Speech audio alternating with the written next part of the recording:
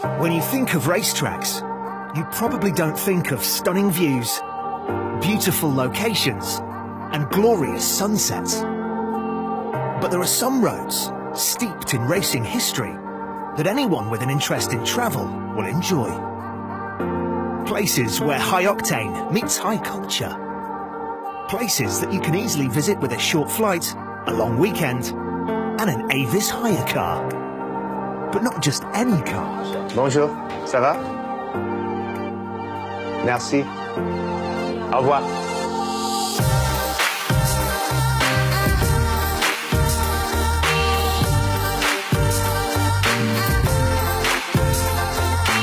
So I've just picked up this rather lovely Mercedes E-Class at Nice Airport in the south of France. And that's because where we're going, well, it demands something special.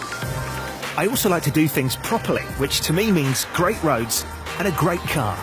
And the good thing is, anyone can do this journey over a long weekend. So this is the story of a road race that ran between Nice and La Turbie in the south of France between the late 1890s and the early 1900s. And it isn't just linked to the birth of modern motor racing and performance cars, it's linked to the birth of the modern motor car itself.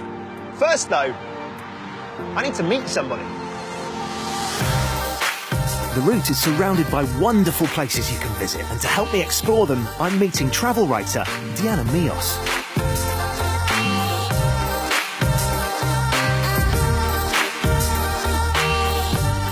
Diana, it's great to meet you. Now, you know all about this region, so tell us a bit about it. Well, La Turbie hill climb started at Nice, but I wanted to show you my favorite bit. When you're visiting here, you'll probably head to Promenade des Anglais. It's fine, but it's a tourist trap. And just around the corner, you have this. The market, the beautiful restaurants, this stunning museum.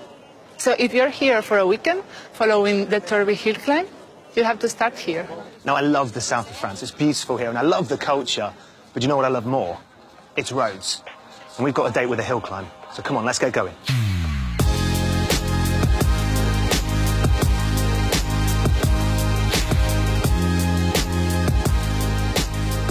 Shortly after the car was invented, people started seeing how fast they could go up a hill.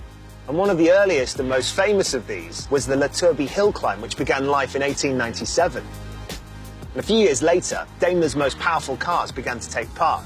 Sadly though, in 1900, on the very first corner of the race, Wilhelm Bauer, who was a Daimler factory driver, crashed into a rock face to avoid spectators who were actually on the road. There's even a plaque in memory of it. But it resulted in radical changes to car design and gave birth to a new automotive brand name. You can probably guess which one. Now there's something I need to show you. Do a right here.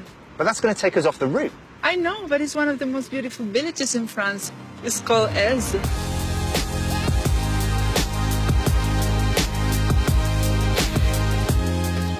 I like this place. This is good. It's great, isn't it? This is really good. So after visiting Nice Old Town, you need to visit Ez. It's just 20 minutes from the coast, and the views are something else. And if you want to eat or stay overnight, this place, the Chèvre d'Or, is really amazing. But I know that you're itching to tell us more about the hill climb, so go on. Okay, so after the crash, wealthy businessman Emil Jelinek, who'd entered the crash car, demanded changes to Daimler's design.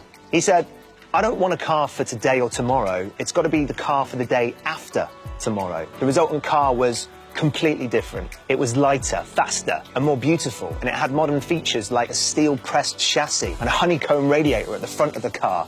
The engine was also lighter but more powerful. And I guess they're all modern features that you'll find on cars today.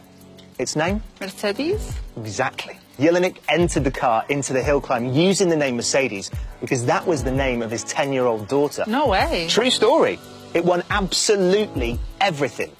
So in 1902, Daimler adopted the name Mercedes, and the rest, as they say, is history. That's actually quite interesting. Well done. Thanks.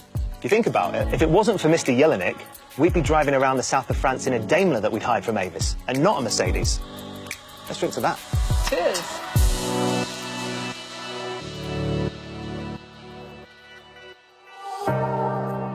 And we're here. The actual route from Nice up to La Turbie is only 16 kilometers, but there's so much to see here. Isn't this beautiful? So La Turbie sits on a hill above the Riviera. Down there you have Monaco, which is well worth a visit. But La Turbie is often overlooked, and for me it's really special. Yet again, you have stunning views and this town is beautiful. The Roman monument, it was built around 6 BC, and it once had a huge statue of Augustus atop it. Can you imagine that? It's incredible. For me, Monaco's great, and it's obviously got that famous street circuit, but here, and all those little towns along the route, there's just so much more history there.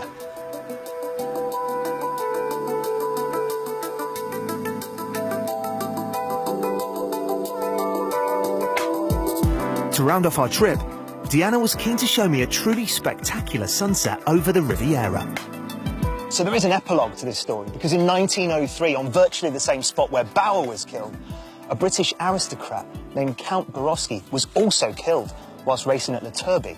And after that, the race was deemed too unsafe, so it never ran in that form anyway, ever again. But the legacy still lives on. In this Mercedes, in motorsport in general, and pretty much every car you see around you. And that is quite a legacy. If you'd like to spend a weekend exploring the places we visited, you can find all the details on the Avis website.